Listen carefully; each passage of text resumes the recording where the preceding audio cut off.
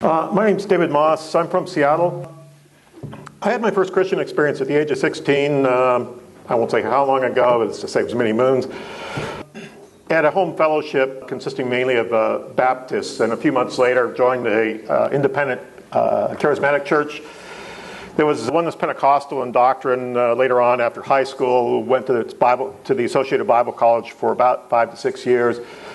And was involved with that movement for a while till in the mid-'80s. The church I was part of imploded over some of the usual reasons, or common reasons, that left me in a position where I was disillusioned, not really trusting what I'd been taught before. The breakup of the church was extremely traumatic, and it set me on a course where I had to go back and begin to restudy Scripture, determined to find out, to use the tools I had already received, and hopefully pick up some more along the way, but to use them to hopefully discover what this book actually says. And it's been a long process. It's been fun. It's been interesting. And I've had some surprises along the way. I started out figuring that I would discover that Scripture really did teach the oneness Pentecostal view. I was still dead set against the Trinity.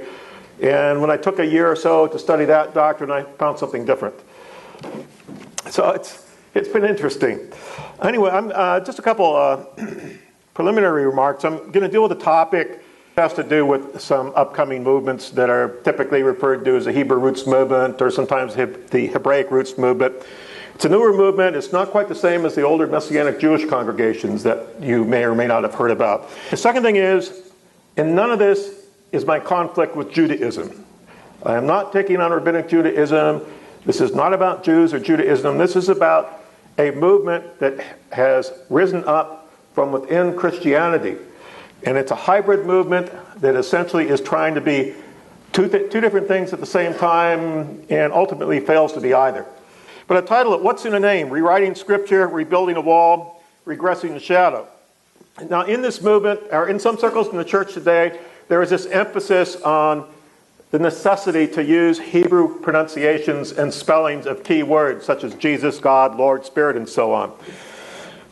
Now, the apparent rationale seems to be something like doing so will give you better insight into the gospel. It will maybe bring about greater spirituality in your life. It's somehow going to deepen and improve your faith.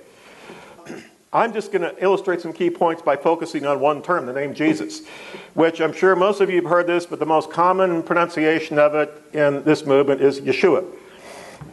Now, is Yeshua the correct original pronunciation of the name? Well, as with other ancient languages, we do not have audio recordings of ancient Israelites speaking Hebrew. So pronunciations like this are approximations, educated guesses. In the case of Yeshua, it is probably a correct form or pronunciation of a later form of the name Jesus or Joshua or Yeshua. And I emphasize it's probably a correct pronunciation of a later form, not the original. Human language is a tool whereby humans communicate verbally and visually. As long as a language is in use, as long as it is a living language, it changes. Pronunciations and spellings vary over time and geography. Vocabularies expand and contract. Syntax evolves and in some cases devolves, which seems to be the case with English. And some of this should be apparent. I mean, if you think about English and how widespread it is, and then you think about if I took a 3-day period and started a journey from San Francisco, went to Atlanta, New York, Boston, over to Great Britain, up to Scotland, went on perhaps to South Africa, Australia, and wound up in New Zealand, you would notice a lot of variety in the English language. In my neck of the woods, if you just drive 2 hours north, you cross the border into Canada, and if you pay attention just to road signs and street names and signs, you begin to notice little differences in spelling. Languages vary, they change. It's just a part of the natural process. And the Old Testament bears witness to changes over time in the use of the Hebrew language. Specific Hebrew words in the Old Testament are frequently, or occasionally and sometimes frequently, spelled in different ways, including my name. My name, David, could be found spelled in two different forms in the Old Testament. Any insistence on absolute precision in spelling and pronunciation of Hebrew words is fraught with difficulties. It ultimately is a fool's errand if you believe that your theology, your relationship with God, anything like that is based on precise spellings and pronunciations. Now, the name Jesus or Joshua first appears in the book of Exodus, and it was the original name of the man we think of as Joshua. His original name was Hoshea, the son of Nun. Moses later changed that by prefixing the first syllable from the Hebrew name of God to Hoshea, and thus the name became Yehoshua. This form of the name occurs almost 200 times in the Old Testament. It consists of 4 syllables and 5 consonants, Yehoshua. The shorter spelling Yeshua is a later development. It is a contraction of the original form of the name. It probably occurred after the Babylonian captivity due to Aramaic influences. With the shortening of the name, Yehoshua becomes Yeshua, which consists of 4 consonants instead of 5, and has been reduced from 4 syllables to 3. And 2 of the Hebrew consonants have been reversed in their position in the name. If we're going to insist on using pure Hebrew spellings and pronunciations, which form of this name do we use? Because both forms are found in the Old Testament. Are we going to call him Yeshua or Yehoshua? Which one do we want to use? Now, if this seems like a big brouhaha over trivialities, it is. And that is exactly the point. Now, what about the written forms of the name? Because some proponents in this movement insist on using Hebrew letters when they write out at least these key names, like the Hebrew name for God, or the Hebrew word for God, the Hebrew form of the name Jesus. They write it out in those square-like looking Hebrew characters. Well, the problem there is that those square-like looking Hebrew characters, technically speaking, are not Hebrew characters. They are Aramaic.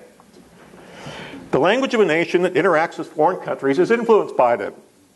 And this is true with ancient Israel, as it is with any other people that does not live in total isolation from the rest of mankind. And there are only a few examples in history of that kind of situation, like the original settlers on Easter Island, who lived in total isolation until the Europeans showed up in, I think it was the 18th century.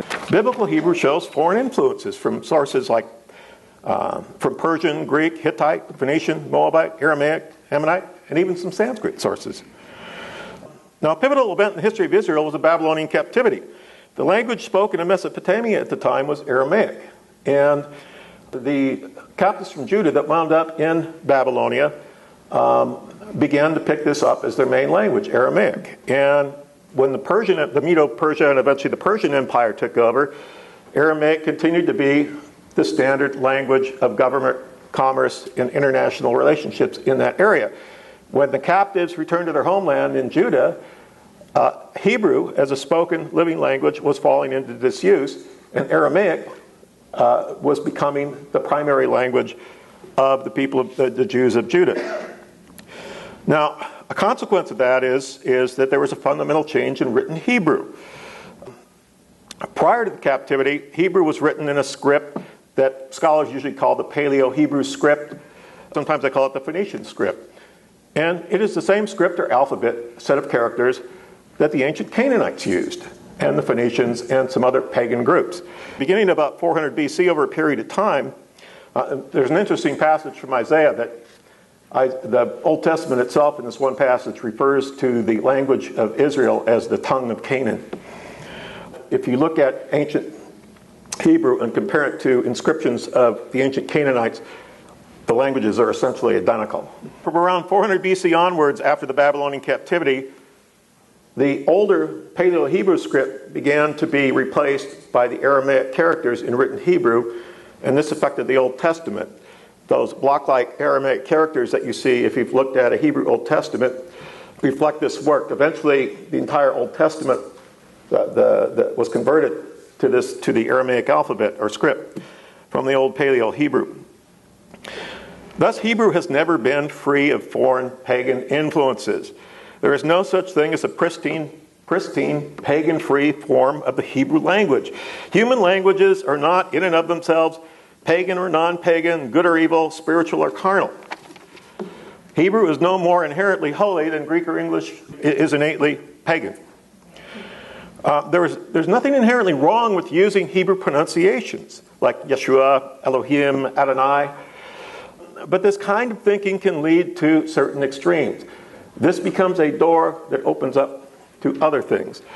When it becomes extreme, Hebrew letters and words begin to take on an era of supernatural powers. It becomes almost superstitious in the handling of these words and terms.